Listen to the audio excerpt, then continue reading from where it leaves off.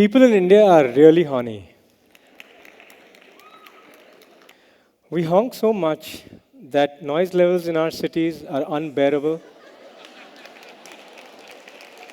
They're so unbearable and beyond permissible limits that without whether we know it or not, it does cause increase in blood pressure, hypertension, and disturbed sleep patterns. Now, while the horn is designed as a safety feature of a car, we love abusing it. True, our roads are chaotic, but what explains the honking as soon as the signal turns green? Or how people honk thinking it'll magically eliminate the traffic jam? Something is happening to us beyond our conscious awareness, and it's called habit.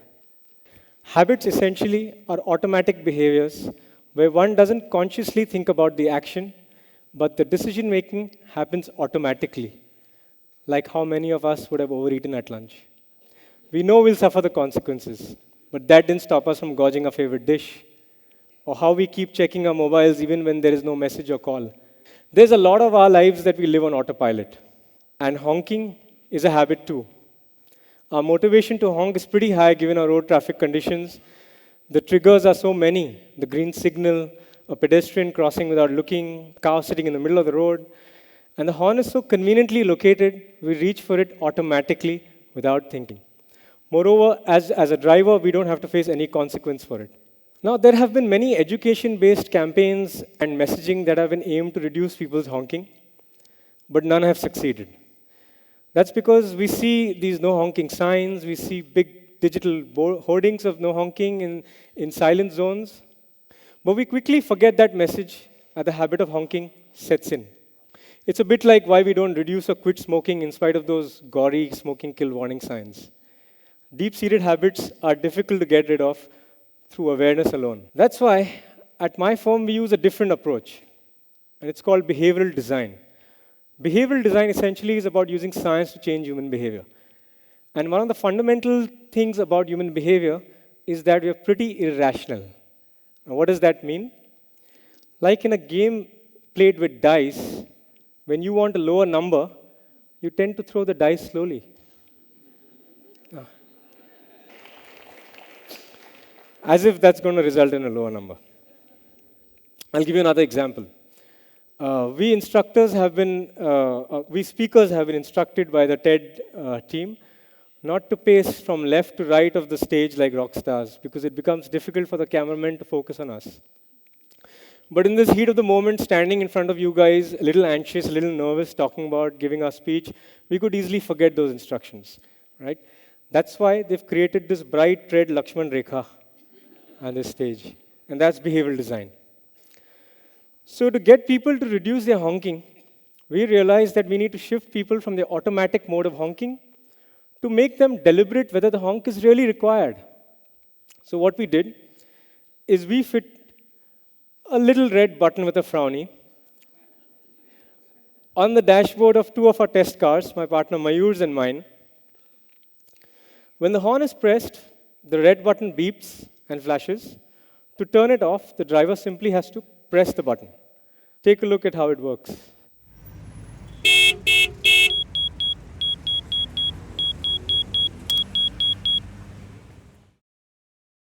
A little bit of the medicine back to the driver. So you saw the frowny on the red button. We use that to indicate that honking is really socially inappropriate, and it's not just something that you do it out of habit. And according to a Stanford School of Medicine study, it says that peak attention in the brain occurs at the moment of silence between two musical notes, which means sounds that have a pause make you more alert. That's why we use the alarm-like beep. And we created two versions of this device. One, every time the driver presses the honk, it beeps and flashes. And we thought we must create a little lenient version because we do need to honk in Bombay and in our cities. So we created every third time you honk, the button bleeps and flashes, and you have to turn it off. Now, for 6 months, we gave two test cars to people from all different walks of life, housewives, chauffeurs, office goers, to drive for a week. Initially, all of them were very suspicious of why we were giving them the car. They thought we were videotaping them and we were doing some reality show or something like that. But we let the fun carry on. We didn't tell them a single word. So they would start driving typically on a Monday, drive for 2-3 days with the button off, and 2-3 days with the button on. And secretly, we had a microchip that was recording the number of honks per kilometer. And after 6 months and 3,800 kilometers, look at what we found. Each and every participant reduced their honking, whether they were honking a lot or they were honking less. And on an average, the reduction came to 61%. Now, surprisingly, there wasn't much difference in the strict and lenient version. We thought that we have to be really strict and irritate people, but no, it wasn't that case. So, 61% reduction in honking means that that amount of honking was indiscriminate and unrelated to safety, because the road and traffic conditions remained the same.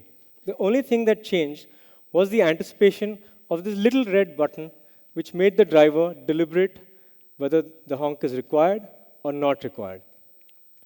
And yes, no accidents occurred during the experiment. The only one that occurred was a jackfruit fell on one of the cars while it was parked outside. So we decided to call our sweet little device Bleep, because we believe that indiscriminate honking is an abuse, and we want to bleep out the abuse. So far, so good. But at the end of each week of participants driving, we asked them, so how much do you think you honk? And most of them said, no, I really honk very little, I honk only in emergencies, and my driver honks a lot, he's a bad guy. And taxi drivers, they're worse.